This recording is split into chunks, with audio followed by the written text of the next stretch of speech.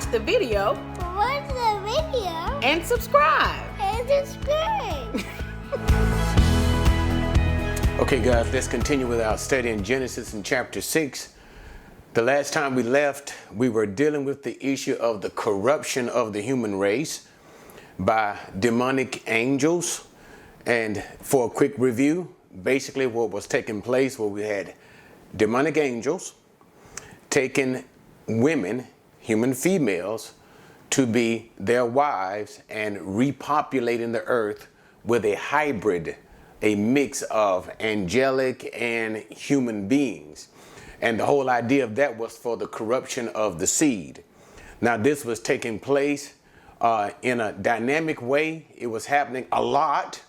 And so, therefore, there was great wickedness that was spreading as a result of all of these things. God was therefore angered because of that, and actually more so hurt. He was more so hurt because of that. And he decided that he would bring judgment to the world, and that judgment we will see will come by virtue of a flood. But before that, God had found for himself a man. His name was Noah. And in Noah, there was something peculiar about Noah. Noah found grace in the eyes of the Lord, or favor in the sight of the Lord. But there was also something else somewhat peculiar about Noah in this generation. And we'll talk about this as we talk about the remainder of chapter 6. So we'll begin at verse number 9. This is the third Toldoth. And remember, we talked about Toldoth, basically talked about the different sections by which the book of Genesis is divided. And it basically talks about this is what became of. And so now the emphasis here is upon Noah. Third Toldoth, verse 9. These are the records of the generations of Noah. Noah was a righteous man, blameless in his time. Noah walked with God. Now, verse number 9, number 1, we've already identified Noah, okay? But since we're at this particular section, it's almost like a re-identification of Noah, since all of the emphasis from this point in this Toldoth will be upon Noah himself. Now, it talks about a couple of things about Noah, and that Noah was a righteous man. And then it said Noah was blameless in his time. And it uses a familiar Hebrew word, tamim. And that word can mean blameless, but the word can also mean clean. And I think, and also clean in his time. Now, the word time is actually a plural word, generations. So it seems to be that the idea that the scripture is trying to say to us is this, that when we look at Noah and his family, that's inclusive at this particular time, Noah and his family, Noah was a righteous man, and Noah was also blameless, with the idea of the sense of he has not been corrupted. Remember what we just got through talking about in the previous verses. There was great corruption of humanity by the mingling of those angels with the daughters of men. So a lot of corruption through the mingling, right? And so it seems that there is an emphasis here that is being brought not only in his righteousness, but also in the sense that Noah is clean. He is uncorrupted from the contamination of the human race. You'll also see this word used quite often, the word tamim, in the book of Leviticus when it talks about the offerings, that the offerings that are presented before God, to God, are to be blameless, to be tamim, without corruption. So I think that's pretty much the idea that it's saying with Noah too. Not only about righteousness, but also about him being incorrupted, not corrupted by the angelic foolishness that was taking place in the earth at that time. Okay, and then it emphasized again Noah walked with God, his righteousness once again. Noah was one of the elect. We would say simply Noah was what? Saved. Noah became the father of 3 sons, Shem, Ham, and Japheth. Shem means name, Ham means hot or warm, Japheth means Beautiful. And these are the three sons of Noah. And we don't ever want to lose track that we always want to keep in mind the seed line. So never forget that we are dealing with the seed line. Now, even though we're not emphasizing the seed line at this particular time, guys, don't want to lose sight of it. But still, that particular son through whom the seed will be passed is even here mentioned. We're not talking about him so much as for right now, but for the moment, his name is Shem. Shem will be the seed son. 11. Now, let's go back and look at the earth. Remember the earth that we talked about? Sons of God came into the daughters of men, as we re-emphasize this whole point as to why God has decreed a destruction to the world. Now, the earth was corrupt in the sight of God, and the earth was filled with violence. Once again, I think that's the idea, that corruption, not only so much as the wickedness. I think the wickedness so much is being talked about in the latter part of the verse. But when it talks about the earth was corrupt, once again, what happened? Just go back up earlier. Sons of God saw the daughters of men. They had a bunch of children.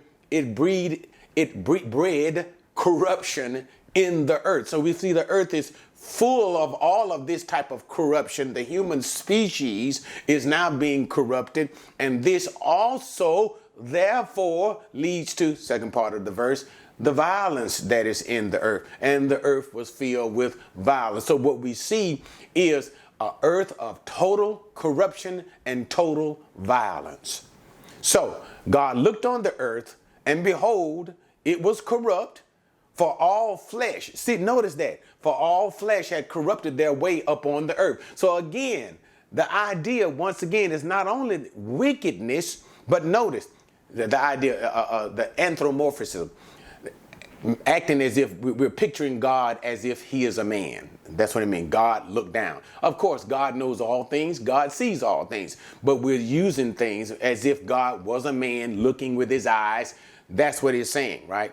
So God looked down on earth. Behold, it was corrupt. Now, notice the point that I'm making here, guys. The corruption, again, not so much as the wickedness. Yes, the wickedness is a result of the corruption. Why? Watch what it says. All flesh had corrupted their way upon the earth. So once again, it seems to justify the point that I was trying to make concerning humanity, with the angels mixing with the humans and all of this stuff. All flesh, all mankind had been corrupted. And that gives us another picture when we begin to look again at Noah. Remember what we said about Noah being blameless? That word was tamim once again. And I was using the whole idea of the sense was Noah had not been corrupted with all of this mixing of angels and humans and all of this type of matter, along with his sons and all of their wives. That corruption had not touched them. That seems to be the idea. Why? All flesh had corrupted themselves. It seems like the exception will be Noah and his family. All right, but let's go on. Hey guys, I need your help to build the channel. So don't forget, like and subscribe. 13, the decree of God.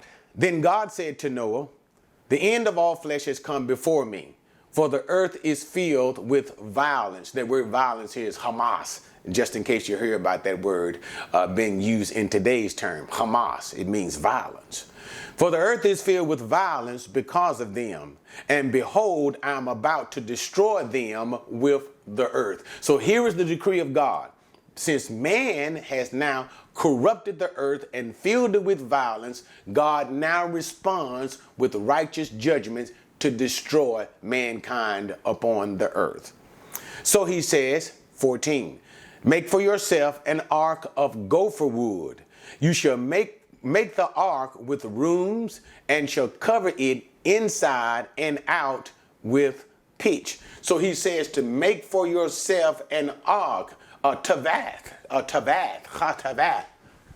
Make for yourself an ark. Now, this particular word ark is only used a couple of times. It is used with reference here to the ark of Noah and it is also used with reference to that little thing that Moses' parents built for him when they were trying to hide him away from the Pharaoh seeking to kill the sons that were born to the slaves of the Hebrew women. So the ark is a same reference, the same term is used, the ark that Noah built, and the same term, the ark, that Moses' parents built for him as well. But nevertheless, he says, an ark of gopher wood. Now, we don't know exactly what gopher wood is. Actually, the word is nothing more than a transliteration. That is, they looked at the actual Hebrew word, they looked at the word, and they just literally put the letters there. Gopher. That's the best they come up with, because they don't know exactly what gopher wood is. But that's what God said, make it out of. And he also said, make rooms, that is compartments, and it shall be covered inside and outside with pitch. That is to make it waterproof. Interesting enough too, that word pitch actually comes from a word kafar, which means to cover. But anyway, we won't get into that. So he says, this is how you shall make it. The length of the ark, 300 cubits, its breadth, 50 cubits, and its height, 30 cubits. So the length of the ark would be around about 4 cubits, like 18 inches. Okay. So it looks at about 450 feet would be the length of the ark, and the breadth or the width of the ark would be something about 75 cubics, and the height would be about 450 feet, the length, guys, 75 feet wide, and 45 feet height. So it'd be about 45 feet tall. You shall make a window for the ark and finish it to a cubit from the top, and set the door of the ark in the side of it. You shall make it with the lower, second, and third decks. And so the ark will have this great window that will be going all the way across it, window that will go all the way across the ark, and the window would be about a cubit from the top. So it'll be about, I'd say about 2 feet wide. That would allow light to come in and also fresh air to come in. Then the door of the ark would be set in the side of the ark. So that's how the animals, as we'll talk about that later on, will come in through the door in the side of the ark.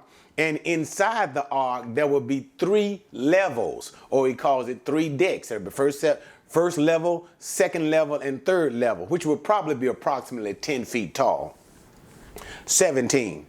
Behold, I, even I, am bringing the flood of water upon the earth to destroy all flesh in which is the breath of life from under heaven. Everything that is upon the earth shall perish. Now notice he says, I am bringing in the flood. He uses that term, hamabul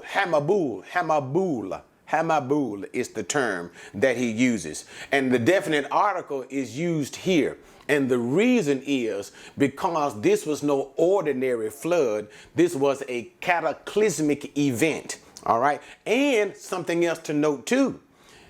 Not before this time, God watered the earth by a mist that would come above the earth. I think in the morning time, the mist would rise above the earth and water the ground. So no rain had ever been seen. So at the time of Noah's flood, Hamabul, at the time of this great flood, it would be the first time that it ever rained. Can you imagine that? And can you imagine how the people looked at the rain falling from the sky and probably dancing and shouting and all of that and all of their idolatrous praises and everything else, not realizing it was the judgment of God that Noah, who preached for these 120 years, was about to happen. They probably had no idea it was about to happen, probably with joy and excitement, looking and dancing in the rain that was about to bring their destruction. But nevertheless, let's continue on with the verse.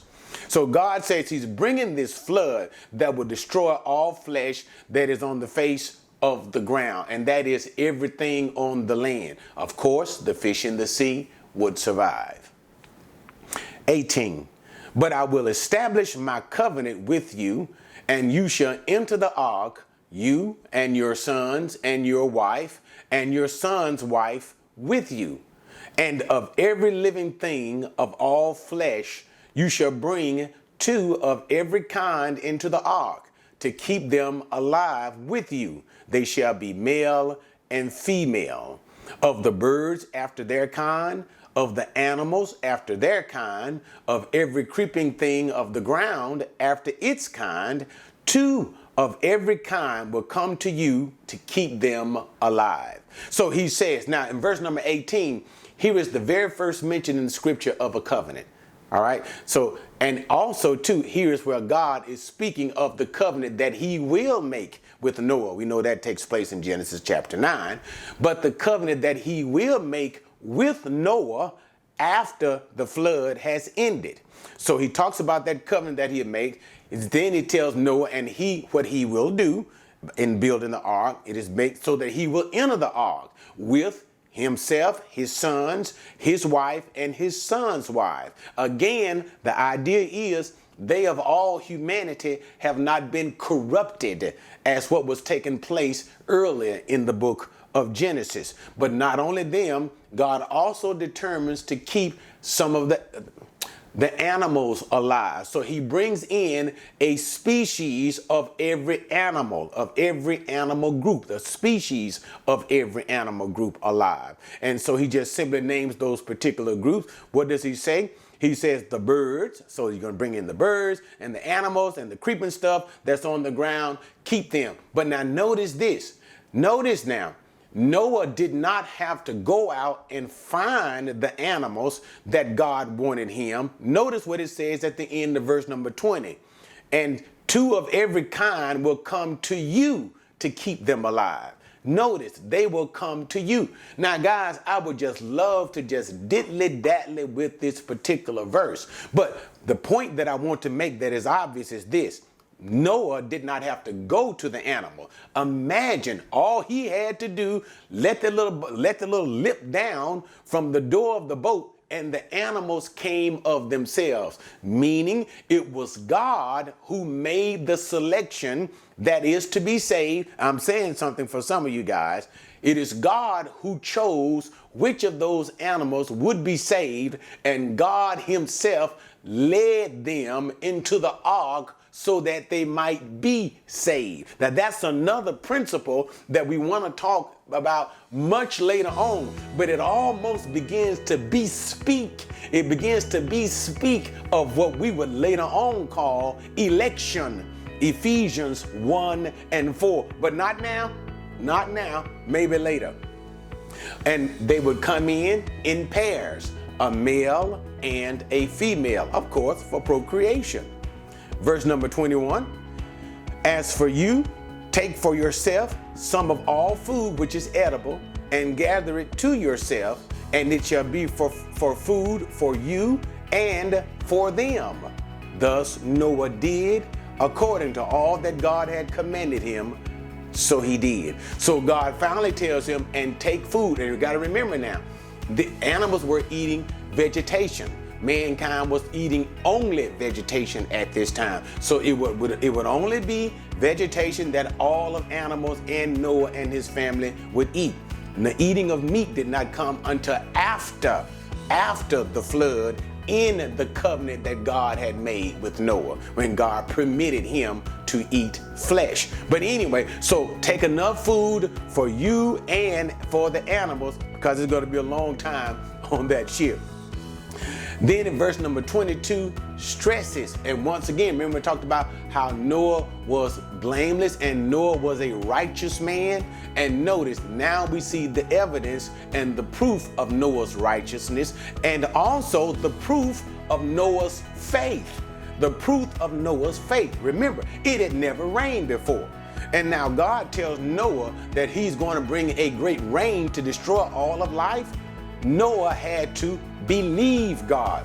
To believe God is to have faith. And when you have and exercise your faith, it is an indication of righteousness. And so it is here emphasized once again, as it said about Noah, he was a righteous man. Verse number 22, what did he do? If you are a righteous man, you obey God. All right, guys, thanks for joining me on that one. check back with me next time as we continue our study in Genesis as we prepare for the waters of the flood. So have you subscribed? Why not? Subscribe now.